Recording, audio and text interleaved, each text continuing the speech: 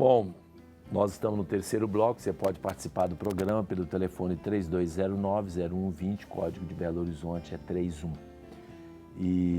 Eu queria lembrar de mandar um abraço hoje para duas pessoas, eu não sei agora, eu esqueci o nome, mas de qualquer maneira eu vou dar a localização e eles vão entender. O Rogério, lembrei o nome do Rogério, lá da Polícia Federal, onde a gente faz passaporte. Eu quero mandar um abraço para ele, agradecer o atendimento. Aliás, todo mundo deve elogiar o atendimento lá da Polícia Federal, lá na região sul da cidade. É um atendimento perfeito, eles são muito cordiais, muito gentis, e principalmente o Rogério, que atende a gente tão bem. Mas eu quero mandar também um abraço para o delegado-chefe. Não sei se é o doutor Oswaldo, se eu não me engano, não me lembro exatamente o nome, mas de qualquer maneira é o delegado-chefe, uma pessoa muito especial também. Um grande abraço para eles da Polícia Federal, onde se faz passaportes na Anchieta, me parece, naquela região ali do Anchieta. Muito bem, então você pode participar pelo telefone 3209-0120, código de área 31, e você pode também mandar o e-mail questõesdefé@tvhorizonte.com.br. Nós estamos falando já sobre a renovação carismática católica e nós não estamos fazendo assim, não fizemos, falamos sobre as comunidades eclesiais de base, mas dissemos que as comunidades eclesiais de base que permaneceram, que sobreviveram, souberam se articular, abrir generosamente as suas portas para outros grupos e movimentos da igreja, incluindo a renovação carismática, que faz parte, muitas vezes, dentro de uma comunidade de base, junto com o apostolado da oração, com a Legião de Maria, com a catequese, com, enfim, os ministros da palavra e assim por diante, o que é muito interessante. Então, não queremos separar, nós vamos descrever um pouco as coisas hoje e talvez no próximo programa, mas não queremos separar. E por isso mesmo, ainda temos nesse nosso programa de hoje a participação de Edna Evangelista Córdova, da creche Boa Semente, ela é a coordenadora. Em Ribeirão das Neves, como nós vimos no programa passado, ela está naquela comunidade com o padre Zé Geraldo e ela vai nos falar um pouco da comunidade.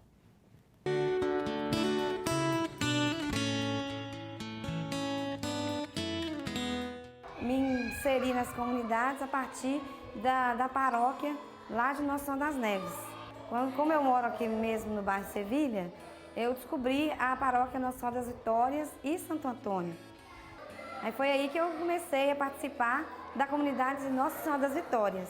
E aí, andando aqui nas ruas do bairro Rosa Neves, a gente percebeu a necessidade de fazer esse trabalho social junto com a igreja e a comunidade. A comunidade ela só funcionava a nível de celebração da missa. Era uma situação meio difícil por causa da violência. Depois que o padre Geraldo chegou, que a gente começou a se reunir em pequenas comunidades nos locais, né, divididos em setor no bairro Rosa Neves.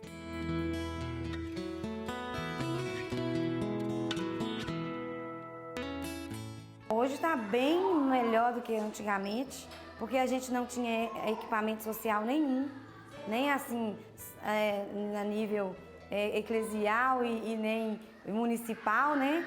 Hoje a gente já consegue rezar em 7 comunidades e a gente intercala como comunidades irmãs, não precisa de ficar só em uma comunidade, a gente reza em outras comunidades também. Certo.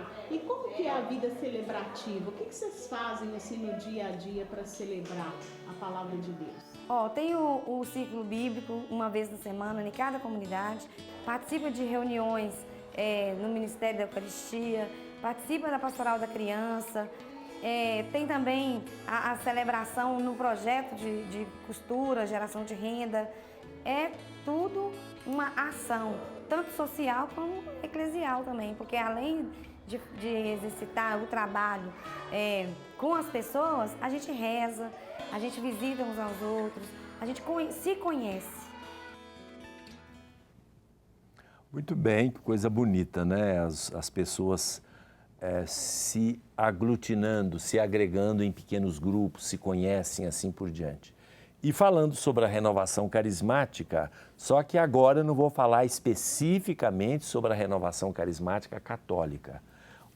Estamos falando, de fato, sobre o movimento pentecostal.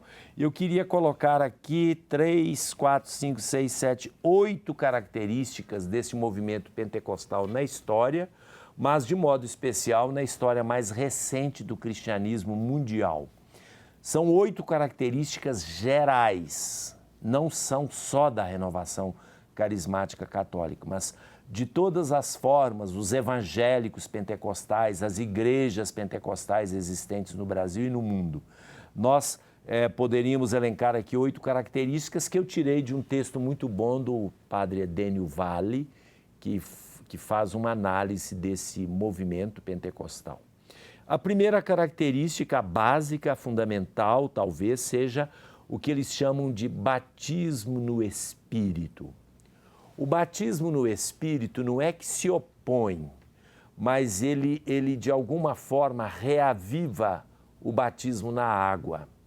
Vale muito isso para as igrejas tradicionais, quase todas, incluindo a católica e as igrejas de tradição.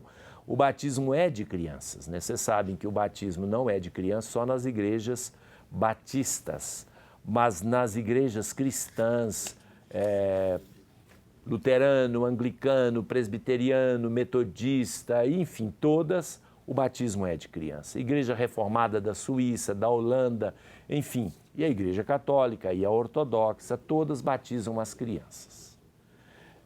O batismo infantil, ele tem várias coisas, fundamentos teológicos e sociológicos e pastorais. O movimento pentecostal percebe que muitas vezes a pessoa é batizada como criança e depois fica frio, se desliga, fica indiferente, não vive de fato a sua fé. Aí o movimento pentecostal começa com uma renovação, um novo começo. Tudo bem, você já foi batizado na água, você foi batizado no sacramento do batismo. Vamos reavivar esta graça? Vamos reavivar este dom? Vamos reavivar esta consagração para que você seja um cristão novo, nascido de novo pelo Espírito? E aí eles fazem o chamado batismo no Espírito. O batismo no Espírito marca uma mudança entre o antes e o depois na vida cristã. Então, a primeira característica do movimento pentecostal. A segunda coisa decorrente desta primeira é o chamado reavivamento espiritual. O reavivamento espiritual, nesse caso, se contrapõe à religião de tradição. Ora, isso no mundo atual, no mundo tão perdido e tão multicultural, multirreligioso, tem uma importância fundamental. O que é a religião de tradição? Com todos os seus méritos. É a religião que você tem por causa da sua família, da sua tradição cultural, do seu local, enfim, da sua tradição. É a religião de tradição. Normalmente, a religião de tradição tende para um aspecto mais formalizado, tende para um aspecto mais acomodado, mais situado. Tende, não estou dizendo que seja assim, tende. É o normal, é a tendência natural. Aí, o reavivamento espiritual, sem negar, neste caso, a sua origem. Eu sei que, por exemplo, no caso dos protestantes, a coisa é um pouco mais complicada, porque eles têm mais dificuldades em conviver com as diferenças dentro de uma mesma igreja. Não por causa das diferenças, porque para eles é muito simples. Não estou muito bem, não estou muito confortável, eu vou para uma outra igreja que é parecida, é tudo igual. Ou seja, para eles não há muita diferença entre as denominações, né? Não há necessidade, digamos assim, de se segurar. Então, por exemplo, numa igreja tradicional, tem um grupo que quer ser pentecostal.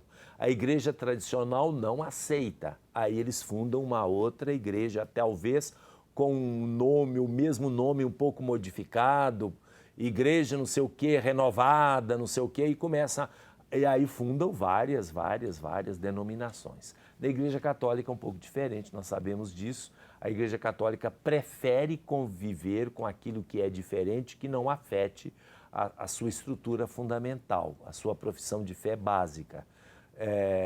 Mas, ignorando estes aspectos, nós poderíamos dizer que pode haver um reavivamento espiritual dentro da mesma igreja, se ela permite. Por exemplo, uma igreja anglicana.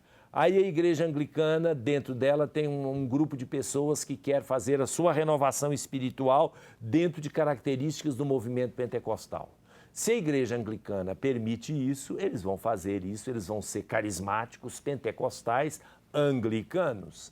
Se ela não permite, eles podem tender a fundar uma denominação Igreja Anglicana Renovada, Igreja Anglicana no Espírito, que mantém um vínculo, porém se constitui numa nova comunidade marcada pelas características do pentecostalismo. Nós estamos ainda na segunda característica e ainda faltam 6 que vamos falar delas daqui a pouco no próximo bloco.